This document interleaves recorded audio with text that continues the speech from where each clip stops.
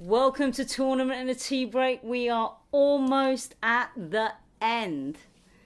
Day 7,452 of Wimbledon. Yeah, and 12 hours. Yeah. So, what a day it has been. Today, of course, was the ladies' singles finals. We don't call them women here, we call them ladies. We do. And properly so. It was Simona Halep in her first Wimbledon final against Serena Williams, chasing that elusive 24, and 24 will be elusive still further. Yep. I mean, look, this is a match that could have gone either way. I don't think we're wrong in saying that. It could have been a three-setter that could have gone either way at the end. What we weren't prepared for is the incredible start that Simona Halep had. She came roaring out of the blocks. I mean, I think you said the first 2 or 3 games she didn't actually have to do much. Serena broke herself. That's true. And, you know, she wrapped up the first set and we thought, okay, Serena's going to come back. And I think it's fair to say in the second set, things felt a little bit closer. There were signs of life. Yeah, I mean that visceral roar when she got a point in this either 2-3 game, was it? There was a roar in the second point of the second set. Yeah. I mean, she started, she was really trying to will herself back into the match, and it didn't work. Didn't pan out for her. She just didn't have it, and Simona had everything going on today. Simona had the perfect game plan, which was body serves and basically to run to every corner all the time. I mean, some of those rallies were ridinky-donk. Yep. Some of those cross-court winners that Halep was coming up with were just incredible. And you know what it reminded me of? It reminded me of when Angie beat Serena in Australia, because shots that would have been winners for Williams just came back. She was not prepared to play sequential tennis. She was ready for her first shot to be a winner or force an error, and it was not happening with the way Simona Halep was defending center court today. She was so quick. She was so what's the word to describe her? I mean, she was light on her feet. Yeah. She was executing. She made 3 unforced errors, so she didn't give an inch to Serena Williams. There was no window for Serena playing the way she was playing, which was rather erratic. I mean, we peek at the stats: 17 winners, and 26 unforced for Serena. So a -9 for Serena Williams in the winners versus unforced errors, and a +10 for Simona, who was 13 winners, 3 unforced. But the key to me was the serving, was the precision of the serving, and as you mentioned, the body serving and the tee serving.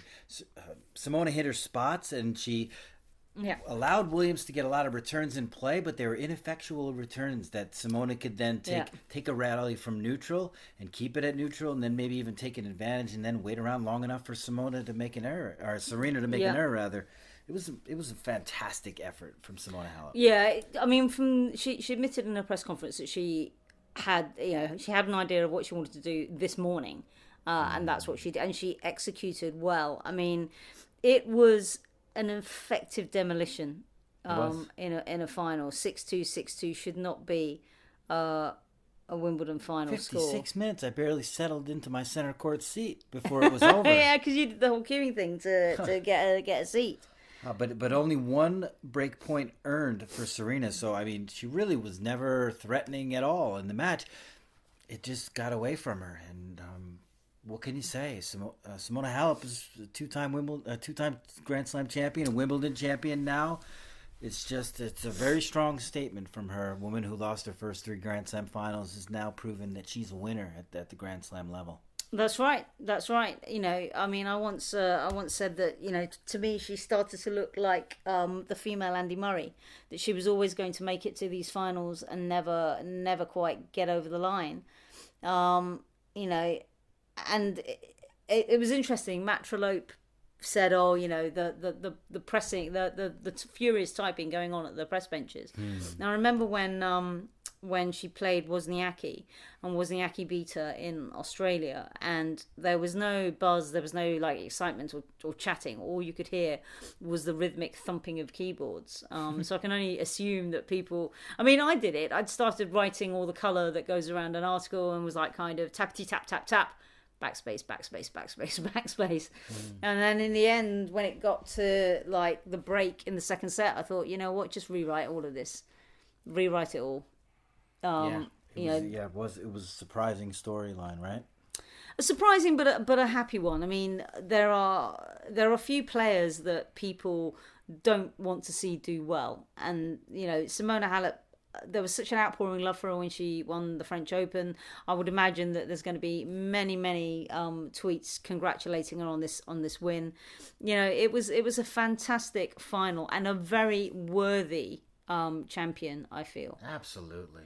You know, if you have to think she has a really bright future ahead of her. If she can play like this when she's in chill mode. Yeah. Now, if she can just kind of not sweat the small stuff heading forward, maybe she can, you know, pop up deep in the Grand Slams again and win some more of these. Well, I mean, look, what a step up performance in a final. I mean, let's look at this. She's now played Slam finals in all three surfaces.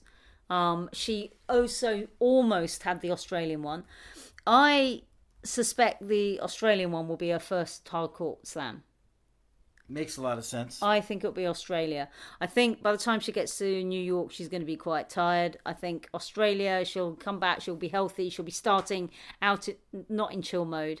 But I think what was the sweetest thing was that she was like, kind of, I wanted this badge so badly. It's like, what about the trophy? Like, beautiful big trophy. No, I just want to be a member of the thing. Yeah, she was so, it was so cute. You know, her mother had this dream that she wanted to play in the Wimbledon final. She's won it. She's the first Romanian to win at Wimbledon. I mean, it's just incredible. But let's talk about Serena. The flip side of Serena. Serena is still on 23.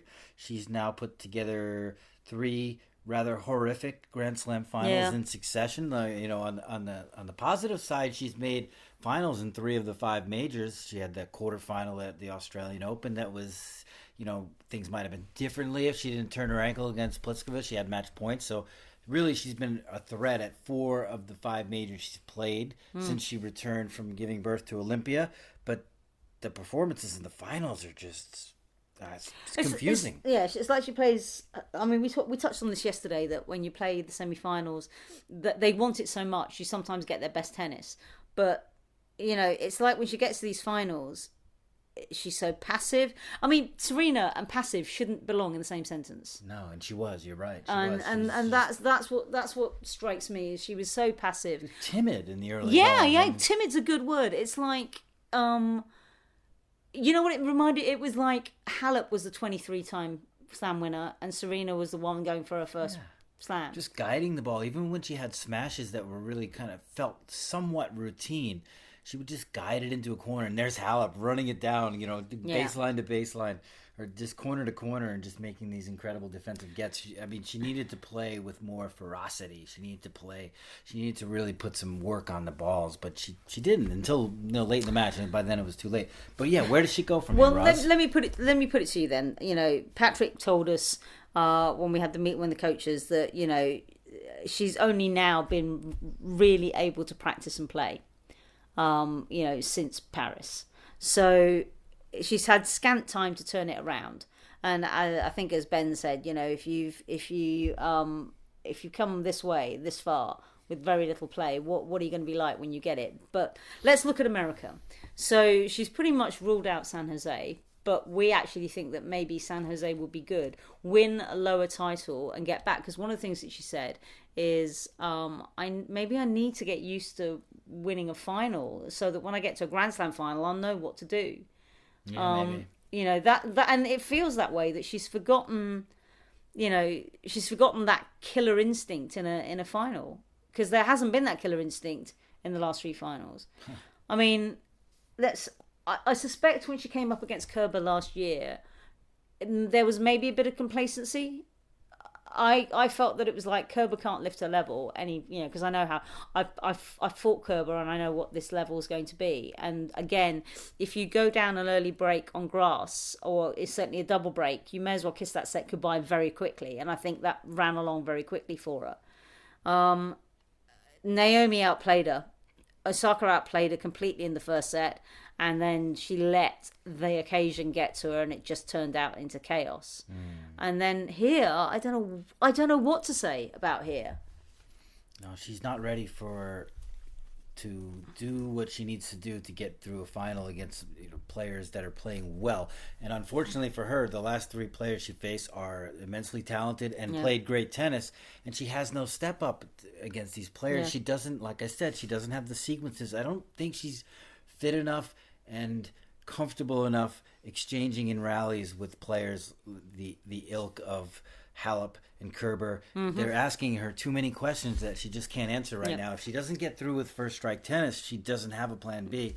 And the first, as we mentioned, she was a little bit too timid to play effective first strike tennis. So back to the drawing board. I mean, she's still got time. She's still not even 38. She maybe has to work a little bit harder at her fitness, at her game. And you're right, play some more matches. Yeah, she needs matches. She can't get away with this not turning up until like the day before a slam starts, especially on grass. Okay, so we're done with the grass.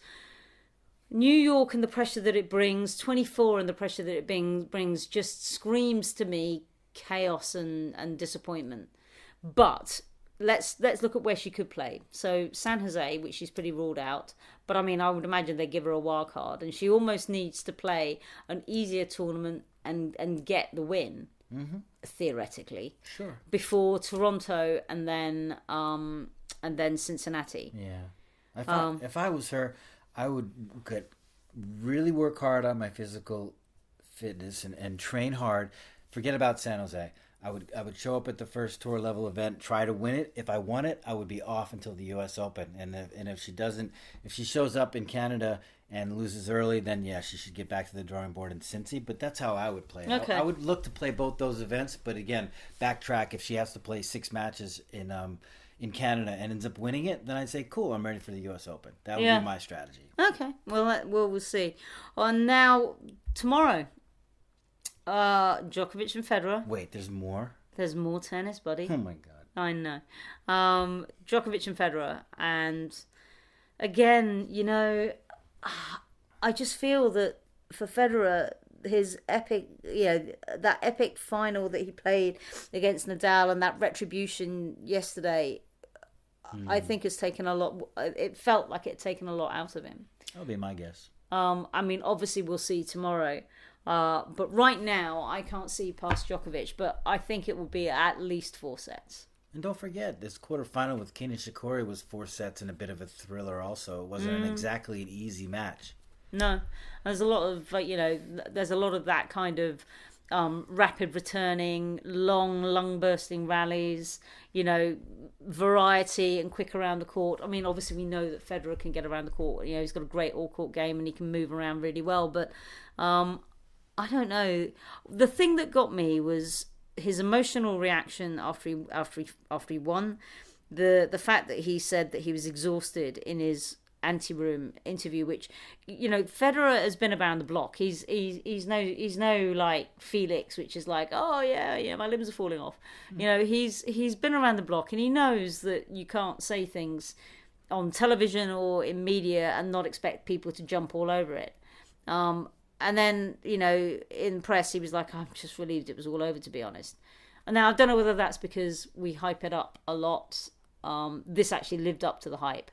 But what he will have is the crowd on his side, and that is something that we know that winds Djokovic up. Yeah, that could help him out. Yeah, that could get him a couple of points, I think, here and there. Yeah, I think Roger is the clear underdog. Novak has had his number for quite some time. He's taken their last 2 Wimbledon matchups. He's taken their last 3 Grand Slam finals. He's the better player. He's the younger player. He's the fitter player. Then again, Federer on grass at Wimbledon, you can't count him out. I think he'll go for it. Maybe there's a little bit of similarity to the match that Federer won against Djokovic when Djokovic came to Roland Garros on that 40-something match winning streak, and Federer was able to knock him off. He wagged the finger. Maybe this is going to be that kind of attitude from Roger Federer. Hey, I've got nothing to lose. This is my last match for probably a month. Yeah. I'm just going to lay it all out there. I'm fit enough to do what I need to do. And he executed so superbly against Rafael Nadal. If he executes like that, If he plays that well, if he, like you said, his all-card game, if he's at the net, if he's playing, and what the fantastic part about the win over Nadal we've talked about is that he was able to win the longer rallies. So I'm not sure he can do that against Djokovic, but if he can hang in the longer rallies and then do his damage at the net and with his serve, he's going to have a chance. But he's the underdog, let's be honest. I mean, it's interesting because he never used to be able to keep up with either of them with the long, from the baseline ever. Maybe the clay paid off. Yeah, perhaps. I would be very disappointed if this didn't go at least 4. I think it deserves to go at least 4. Yeah, it'd be sad if I would be absolutely horrified if this was a straight set. But then we get the women's doubles, which we missed tonight. We are looking forward to that as well. We are. So we will be back tomorrow, one last time this year, with a wrap of the whole shebang. Until then, of course, you'll be listening to Ros Satar from Britwatch Sports. And Chris Oddo from Tennis Now. Thank you for listening.